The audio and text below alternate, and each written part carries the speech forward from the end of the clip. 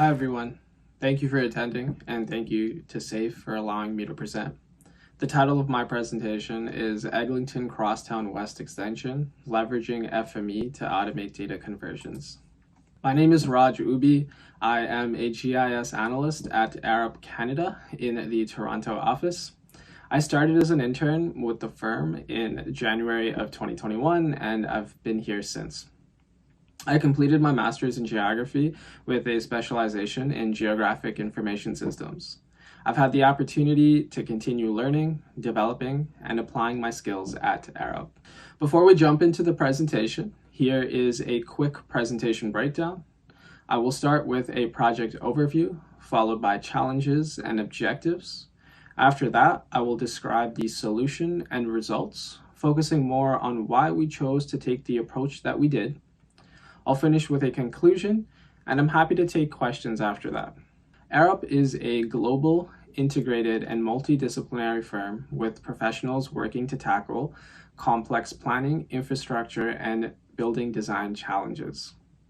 As of 2022, the firm is made up of 17,000 engineers, designers, and consultants, along with many other professionals, spanning across 33 countries in 89 offices. Dedicated to delivering value through expertise, global resourcing, and local delivery, Arup offers full services from concept through to completion. On the right are a few of the projects that Arup has been involved in over the years. This includes the Sydney Opera House in Australia, the Gherkin in the United Kingdom, and the Samuel de Champlain Bridge in Canada. Moving on to the project, Eglinton Crosstown West Extension, abbreviated as ECWE, is a 9.2 kilometer extension of the Eglinton Crosstown Light Rail Transit in Toronto, Ontario, Canada. There will be 4 new underground stations, 2 elevated stations, and 1 partially below grade station, a 6.5 kilometer tunnel, and there are plans that are being explored to extend ECWE to the Pearson International Airport. Arup is a technical advisor to Metrolinx, who is the client on the project. Arup provides engineering design and technical advisory services to support procurement, coordination, and construction. The project is designed to have an approximate of 37,000 weekday corridor boardings with easy transfers to Up, Go, TTC, and MyWay services. Initial calculations suggest that it will cut time by about 14 minutes when traveling between Midtown Toronto and downtown Mississauga. With approximately 50,000 more people within walking distance to the light rail transit system upon completion, 31,000 more jobs will be accessible and 39,000 metric tons of annual CO2 will be reduced. ECWE is a massive project with multiple contracts and changing design elements over an extended period. Supporting a complex multidisciplinary design requires the use of digital tools to facilitate project management and collaboration. Arup Fuse was our digital tool of choice on this project. Fuse is a secured platform under a single URL where users can access, manipulate, or submit project information.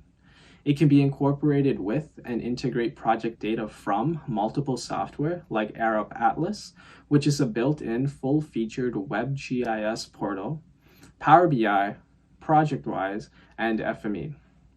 Fuse has been used on projects across the globe in a range of different business sectors, including highway, rail, energy, and aviation.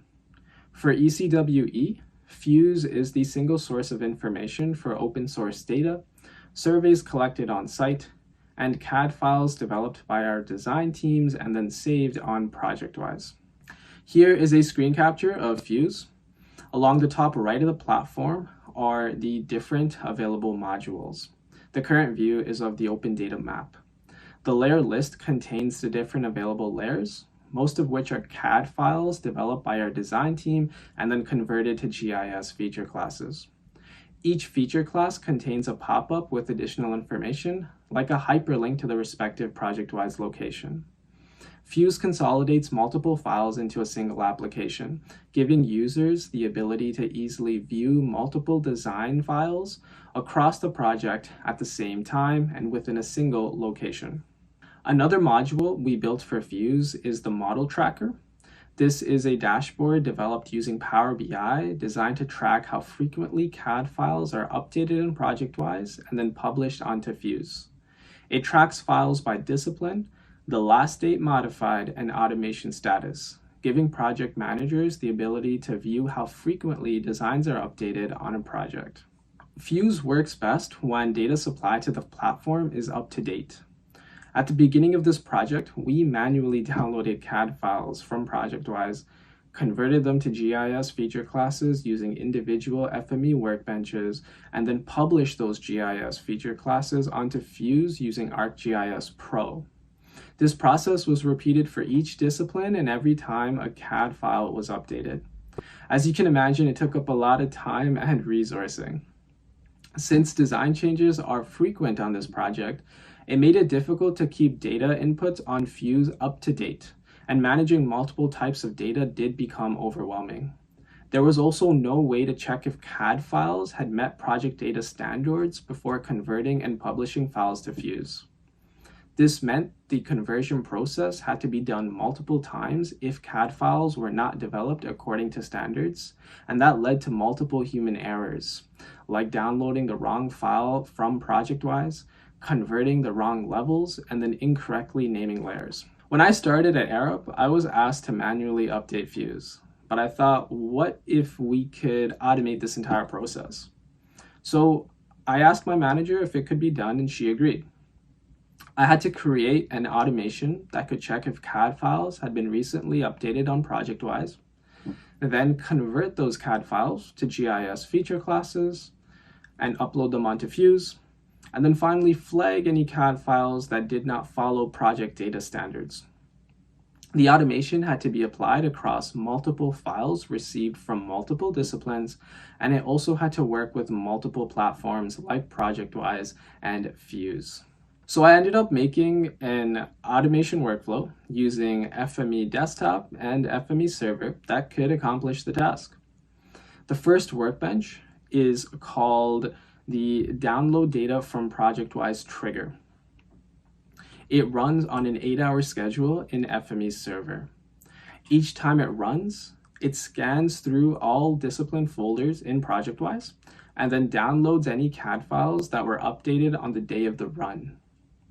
Next, depending on the files that are downloaded, it will use an email trigger to begin the CAD to GIS conversion process through an FME automation for that respective file. The conversion workbenches also sit within FME Server, and one workbench exists for each discipline.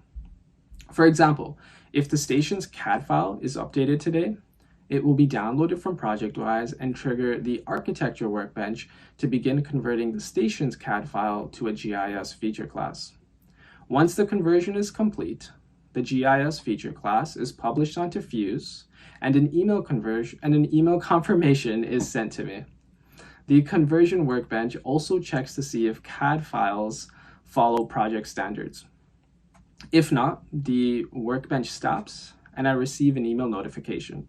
At that time, I get in touch with the designer and see if we can update the CAD file to meet the project standards before we publish onto Fuse. So through FME Desktop and FME Server, we were able to accomplish all of the automation tasks that were set out at the beginning of this task. We used schedules to download CAD files recently updated on ProjectWise. We used automations to trigger the conversion of CAD files to GIS feature classes. And then each conversion workbench contained an email trigger to notify me if a CAD file did not follow project standards. The FME automation workflow has been successfully running for about a year, and here are some of the statistics that I was able to put together. We have saved about 60,000 Canadian dollars since implementation. This is equivalent to about the salary of one full-time employee in Canada. 101 CAD files are automatically downloaded through the FME automation workflow, which takes about 8 minutes on average to run. Based on the conversion workbench that contains the most CAD files, it takes about 1 hour to convert all CAD files developed by a discipline to GIS feature classes and then upload those onto Fuse. Through the FME automation workflow, Up-to-date design information is always available to view, analyze, and monitor the progress of the project on Fuse. This improves data management and information tracking, helps enforce data standards, and eliminates human data errors. Since design information is up to date, the project team, client, and stakeholders can be confident that the information viewed on Fuse is accurate and reliable. This increases collaboration across all members of the project, making Fuse the go-to application to convey information during project meetings, to notify stakeholders and clients of any design changes and updates, and to be used to review and quality check information by project management teams. Finally, the FME automation workflow simplified an otherwise ad hoc process that required many softwares and multiple manual interventions. This saved time, resourcing, and significantly increased productivity. Now, there were roadblocks during the development of this workflow. The biggest lesson I took from this entire process is that communication with the design team is very important. Since CAD files are developed by the design team, I had to set up meetings with each and every discipline lead along with the designers to understand which files and levels needed to be converted from CAD to GIS. To ensure that the workbenches function correctly, I also had to make sure that file and level names were not changed. Since the project follows naming standards, this was not too hard to implement. However, I did agree on data standards for each file. To make sure that the FME automation workflow runs smoothly, I highly encourage data standards like the file name, level names, geometry, and data types to be written out, agreed upon, and followed by both the CAD designers along with the GIS analysts before beginning any kind of automation. This is going to save you a lot of headaches and confusion down the line. Any changes to these data standards should also be communicated as soon as possible by both parties. So in conclusion, through FME Desktop and FME Server, I was able to automate an ETL process to accurately maintain and upkeep project data. CAD files on Fuse are constantly up to date, despite frequent design changes to a project that contains 4 different contracts. As a result, we've been able to save a significant amount of time and resourcing. Finally, the FME automation workflow has helped improve the communication and project management of information across multiple disciplines, ultimately increasing collaboration within a multidisciplinary design team. In the near future, Arup is updating FME Desktop and FME Server to the 2021 cloud-based environment. This should significantly improve processing speeds and capabilities. I also plan to extract additional metadata from CAD files like the designer's name for more efficient tracking. We are also planning to use the FME automation workflow on upcoming and future projects. I think with FME, the opportunities are endless, and I am hoping to integrate this amazing technology in future initiatives. I'm really looking forward to it, and I know what it will do is going to be great. So thank you so much for listening, and thank you to Safe Software and your amazing team for letting me present my work and for giving me the opportunity to, come along during this virtual event. Thank you so much. Hello everyone, thanks for joining us. We're about to take you on a journey of business automation. My name is Vivian from the product marketing team here at Safe Software. Hi everybody, my name is Craig Hankey. I'm an account manager here at Safe Software. I work with the federal government agencies as well as defense and aerospace contractors. I also cover the transportation industry, including airports and transit authorities, and I work with the natural resources sector, including farming, forestry, and mining. Hey everyone, my name is Artie, and in addition to working with our gold and platinum partners in EMEA, I also have the pleasure of leading our channel team here at Safe Software. This short journey is full of speed, inspiration, and excitement. You will learn the business values and benefits automation can bring to your organization, as well as the common use cases for applying automation in your business processes. We'll also share a few stories from our customers who have realized values from business automation. So let's get started. Automation has become the top trend in technology in today's accelerating world. Automation can be applied to organizations of all sizes and doesn't have to involve any robots. It can be as simple as using a set of features or tools in software applications. Do you know that 50% of your work activities can be automated by leveraging technologies? Imagine how much time and resources you can save from that. That's probably easier said than done. The reality is, lots of organizations have been operating in traditional models. There are a lot of data silos existing in departments with large data sets stored in different applications and systems. Data operations involve too many manual and complex processes which hinder efficiency. Also, critical information is not easily accessible across teams or available to business leaders for real-time decision-making. Beyond that, with our expanded impact of technology and new demands from modern customers, organizations are struggling to meet demand because IT or data is just not agile enough. But don't let these roadblocks hold you back. With the right solution, your organization can make the most of automation to achieve new heights of operational agility, optimized performance, increased growth, improved customer experience, and rapid innovation. Next, we're going to walk you through 4 automation opportunities you don't want to miss for the future of your organization. Now I'm going to hand it over to Craig. All right, thanks, Vivian. Let's just jump right into the first automation opportunity and take a look at operational agility. One of the points Vivian just mentioned. So when you're scaling an organization or an initiative or a project, you need automation. What we see commonly is more and more requests come from various stakeholders or third parties. And another example could be monthly or weekly reports, and obviously administrative tasks like data entry. So let's just jump into an example. Utah DOT came up with their e-ticketing system back in 2019.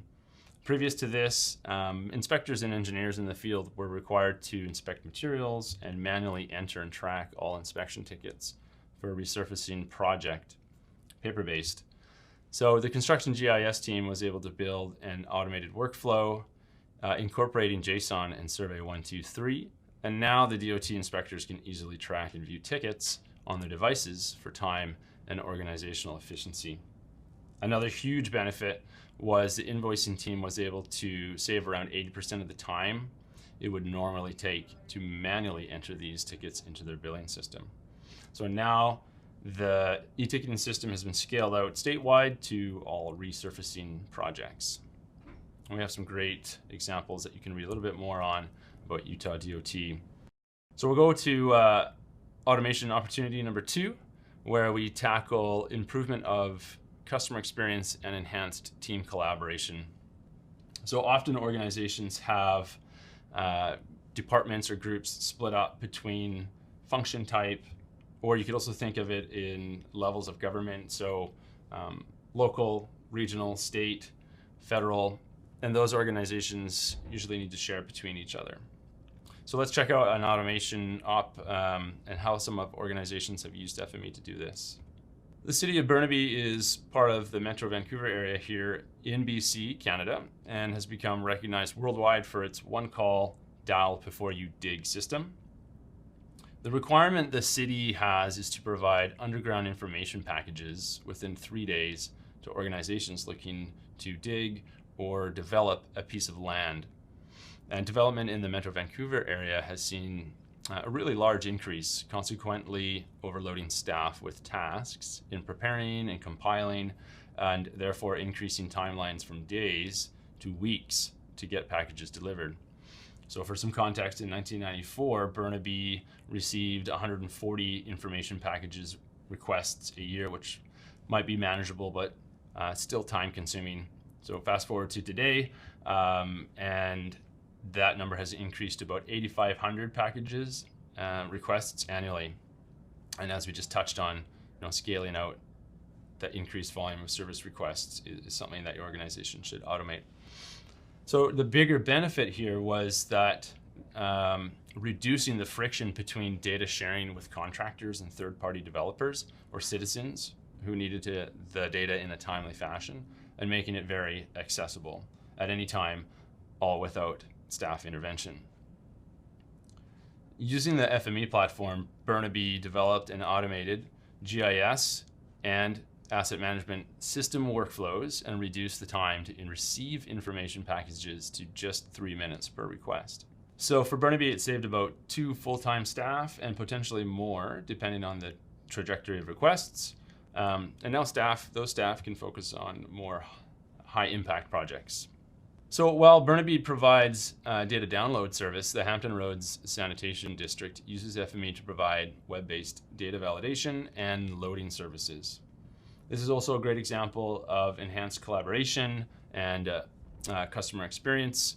So HRSD, located in Virginia Beach, Virginia, services the Chesapeake Bay watershed and approximately 1.9 million customers.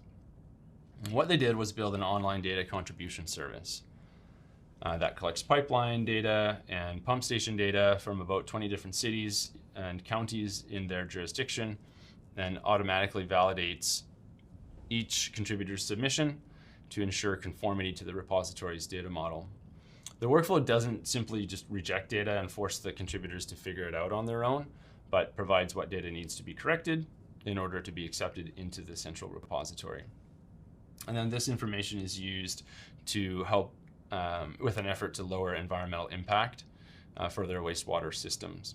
The end product, the final product, is a centralized, accurate view of the wastewater collection system, and it helps stakeholders identify areas needing improvement. So manual quality control, custom scripted in-house system would consume a vast amount of coordination time and a vast amount of resource time. But with the FME platform, you have the capability to easily modify the validation requirement, and the automated workflow removes that bottleneck of manually sharing, validating, and centralizing the data. Therefore, you can maintain an up-to-date database for just a fraction of the time. HRSD continues to use FME in this automated fashion, all without involving HRSD staff. And again, this is really a very transparent and collaborative experience. All right, I'm going to hand it over to my pal Artie. Thanks, Craig.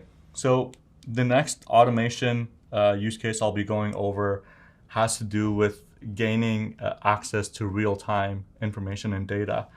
And this is becoming more and more important for our customers, not just given where our world is today as a result of the pandemic, but as a result of executives and decision makers and users wanting quick and real-time access to the information that they need in order to make business decisions. Getting access to real-time data has to do with connecting to various different applications and systems, and this can be things such as sensor data, it could be devices, or it could be web services that are external to your organization as well. Building this integrated and automated strategy allows you to not only gain a better visibility into how your organization is operating from a profitability perspective, but it also can help with responding to certain emergency management systems by leveraging data in order to use the FME platform in order to get information to respond to certain emergency situations. These could be things such as natural disasters, where you're trying to leverage real-time information in order to inform your customers, or it could also be with gaining access to this real-time information in order to understand how this natural disaster might affect your overall infrastructure and the operations of your organization. Having access to real-time data allows the first responders to also respond in a much more quicker fashion. And with respect to things such as weather emergencies or power outages, and they're leveraging again data in real time in order to make these decisions. So the decisions they're making are not based on data that was presented to them 15-20 minutes ago, which could be outdated, but based on data that they're receiving from the organization and with the power of automation of FME. A great example and use case of this is with a customer of ours out of Australia, PowerLink. They've been leveraging the FME platform for quite some time to build a automated and event-driven and data-driven emergency management systems to respond to natural disasters that occur in Australia, whether it's bushfires, cyclones, or earthquakes and such. Now, previously this was quite difficult for them to do, as they needed to gain access to not just internal data, but also external data such as weather information. And it was quite time consuming for them to make this decision in real time. So when they brought the FME platform in, not only have they been able to send these reports to stakeholders and decision makers in real time when certain emergency criteria are met, but this is also translating into saving the lives of the crew that are responding to these emergency events, as well as helping protect their assets that might potentially be affected by these events. The hours that staff spent on trying to combine and analyze this data previously was taking them days. And as you can imagine, if there is a emergency weather event happening, days is not the answer, rather minutes or hours is the answer. And we're very excited to say that by leveraging the FME platform and using our CPU time capabilities of our engines, they're now able to respond within hours based on the data that they're receiving as a result of emergency situations versus days. And it's not only helping them save countless lives, but it's also helping them protect their own assets internally and infrastructure better. The next use case of automation has to do with digital transformation and migration of data. A lot of customers and a lot of organizations globally are trying to accelerate the digital transformation capabilities, as well as trying to migrate from legacy systems into either a cloud-based system or something that's much more suitable for their business today. And this can be quite difficult as moving from one system to another. It's not just as simple as turning one off and the other one on, but there's data that needs to go from one system to the other, and we need to make sure the conversion, the translation, and as well as the quality of the data is kept from the old system into the new one. This data migration can be quite complex and challenging because each system does have different requirements, which can definitely help increase your overall project time and delivery. And again, by leveraging the power of the FME platform, we're not only able to help you automate the transition from your old legacy system to the new one, but we can also help expedite the project delivery time as well, which will not only help save your organization resources and time, but ultimately money. A great example of this is with our customer IHS Markit. They were using an old legacy database that was on-premise, and they had intentions of moving about 1.5 billion rows, billion with a B, and terabytes of data from their old legacy database into Snowflake's cloud data warehouse. And as you can imagine, their objective of wanting to make this migration was in order to give more information back to their business intelligence users for reporting and analytics.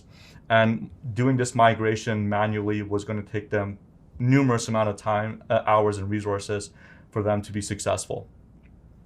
By leveraging the FME platform again, and by taking strong advantage of our CPU time-based data processing capabilities, they've not only been able to connect their old legacy system to Snowflake, but they're also doing this in an automated fashion where 1.5 billion rows of data have now been converted to Snowflake in only 5 hours. And what we also want to mention is that FME is a Snowflake-ready technology. So if you are looking to migrate your data to the Snowflake cloud as well, please reach out to any of us on either the sales or the partner side, and we're more than happy to work with you in helping you achieve your digital transformation goals as well. And I'll pass it over to Vivian again. Thanks, Artie and Craig. Hopefully you find these use cases inspiring and helpful. Automation takes many different forms depending on your business needs and situation. These are some of the ways automation has already been deployed by some of the forward-thinking companies, and there's a lot more to explore. We're happy to embark on this journey to help you find a way to implement an automation solution that works for your organization. Whether you have some questions, have a project to discuss, or want to schedule a proof of concept call, reach out to us at info@safe.com. And there's some easy steps you can take to get started with FME right away. Make sure to subscribe to our emails to be the first to learn about new product launches, upcoming webinars, events, and a lot more. If you're interested in learning more about automation and the data integration workflows, make sure to join FME Accelerator, our 90-minute free and interactive workshop. You will gain hands-on experience and have a chance to connect with our FME experts in-house. If you are keen to play with FME by yourself, simply download a free trial and get started. Thanks again for joining us. Make sure to check out other talks we have programmed for you. Enjoy the rest of the FME World Tour 2022. All right. Welcome everyone to our talk on why data integration is your roadmap to better business decisions. My name is Stephanie. I am a product marketer here at Safe Software, and I've been here for 8 years. I've typically done behind the scenes marketing for the World Tour, but this is my first year actually presenting it, so that's kind of fun. Later on, you're going to hear from my sister, Tiana, who has been at SAFE for 10 years, and you've probably seen her present at a world tour before. And she's going to take you through 5 steps to becoming data-driven. And that good boy there over on the right, that's Joey, and he deserves a shout out as well. So data-driven. This is a concept that you've probably heard a lot about over the last few years. And all it is a process for making decisions. The process involves collecting and combining data and using that information to extract insight and patterns that you can use to drive your decision making. A lot of companies and individuals think that they're being data-driven, but data-driven goes beyond simply having and analyzing data. Just opening Google Analytics does not make you data-driven, I am sorry to say. Data-driven is a complete enterprise strategy that ensures your business has quality and accessible data. Later on, Tiana is going to give you those 5 steps involved in developing an enterprise data strategy. But first, I want to tell you a personal story about making decisions so that you can understand why it is so crucial for companies to adopt these strategies. So a few months ago, we were in the thick of winter here in Vancouver. That is a picture of snow that was shoveled off my driveway, and it's one of 3 piles, like 3 massive piles. Our weather was at -11, which for Vancouver is extremely cold. We are not built for that weather. And my whole family was just tired of it. Not only were we cold, we felt trapped at home by the snow because, spoiler alert, Vancouverites are not great at driving in the snow. We felt trapped by COVID and we were bored, we were frustrated, and we just wanted a break. So we thought, wouldn't it be nice if we took a vacation? So we get everyone's opinions on where we want to go, somewhere warm, somewhere relaxing, somewhere fun, and we decide that Hawaii is where we want to go. Oh, like look at that picture. Looking at that picture, I feel better.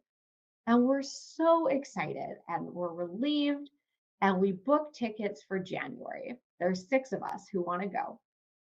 I buy a new swimsuit and a new suitcase, special, nice light one. And for a few weeks, we all get to feel really good. And then we start noticing the data coming in. The news articles, the statistics, and all of this information that made us feel less good. It was telling us that now is probably not the best time to travel if we want to make it home in a certain time frame. So lucky for us, we were able to get all our money back in the form of travel vouchers. But regardless, we wasted some money, we wasted time. We spent about 6 hours on hold to the airline. I probably lowered my Airbnb rating, and we just experienced a lot of disappointment. But this is how humans make decisions. Whether we are conscious of it or not, we make decisions from an emotional place. We decided we wanted to go to Hawaii because we felt cold and tired and frustrated, and we wanted to feel warm, relaxed, and happy. Emotions are the biggest driving factor for decision making. Humans make decisions because of the way we are feeling or because of the way we want to feel. Our instinct is not to make decisions from data. And most people do not realize this, which is actually really scary when you think about it. Businesses without data strategies are making huge decisions based on opinions, speculation, and emotions. And sometimes these businesses have hundreds of people they are employing and thousands of customers relying on them, and they're serving them with gut instinct. Individuals who are trying to provide for themselves or are providing for their family are making critical decisions out of the way they feel. And a secret tip from someone in marketing is that we know this. We know this about people, and we target our messaging and our images to reflect it. Like, that is how you have ended up purchasing training you don't use, software that doesn't help you, or expensive new equipment. And sometimes it works out and your gut instinct was correct and you're happy.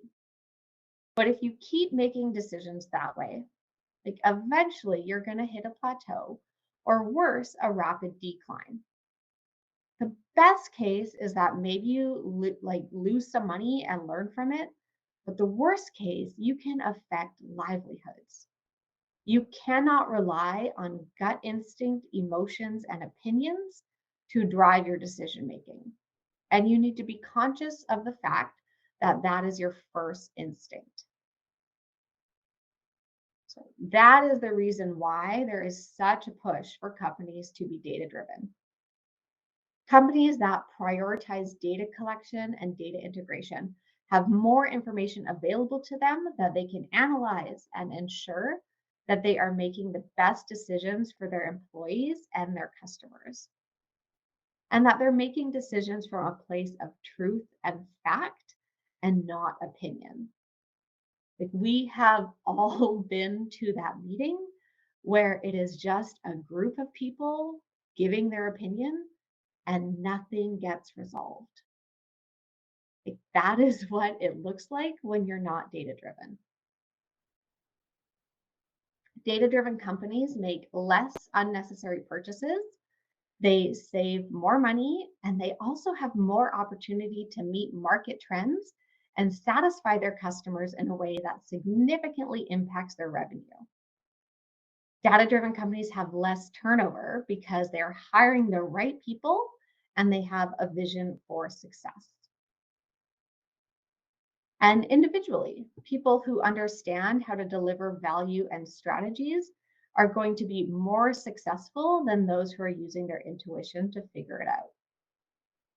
And again, like, you can be very successful from intuition, but imagine where you can go if you also have the data to support you.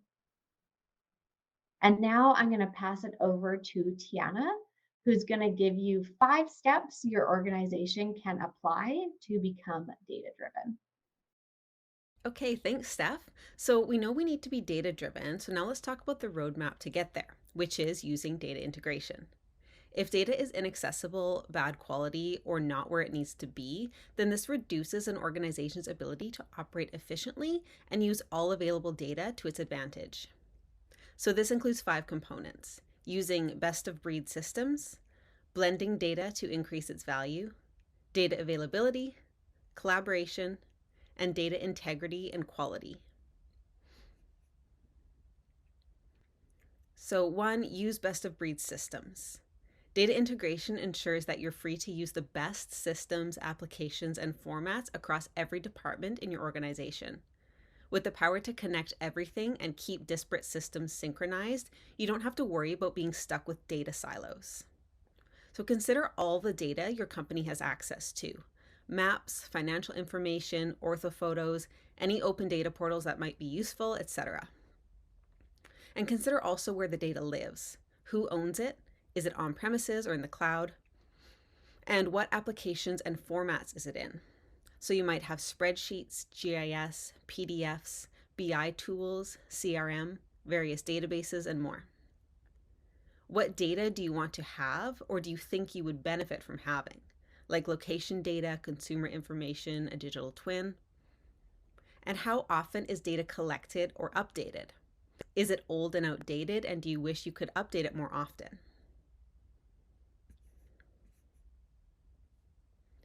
Blend data to increase its value. So when you bring all of that data together, you're enhancing it and increasing its value.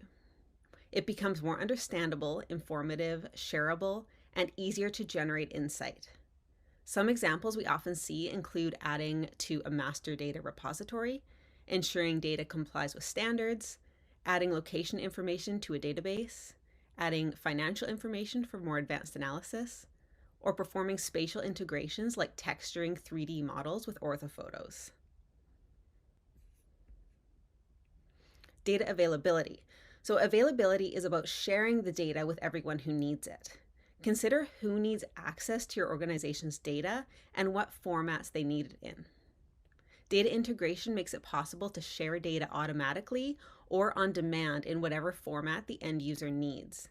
So for example, creating an open data portal for the public to access, or sending reports automatically across departments or to clients, or making a database available within the company. This makes information transparent and easy to understand and work with. Enable collaboration. So when you're sharing data across departments and teams, this makes collaboration easier. Again, people can use their best of breed applications, and everyone is able to access the same data sources. Data integration workflows will help transform the data into the necessary formats and keep everything synchronized across the organization. So this often looks like a central repository, which you can automatically keep up to date as new information arrives. Data integrity and quality. With any workflow, data validation is an important step. So you want to check for compliance with standards, check and repair the geometry, the XML or JSON syntax, the schema, and whatever else needs to be validated. And that's why FME has so many data validation transformers. When building workflows to run your organization, it's straightforward to add important validation steps.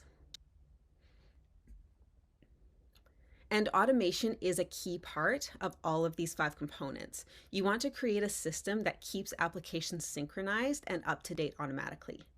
Distributing data, sending notifications, and responding to real-time inputs are often part of being data-driven.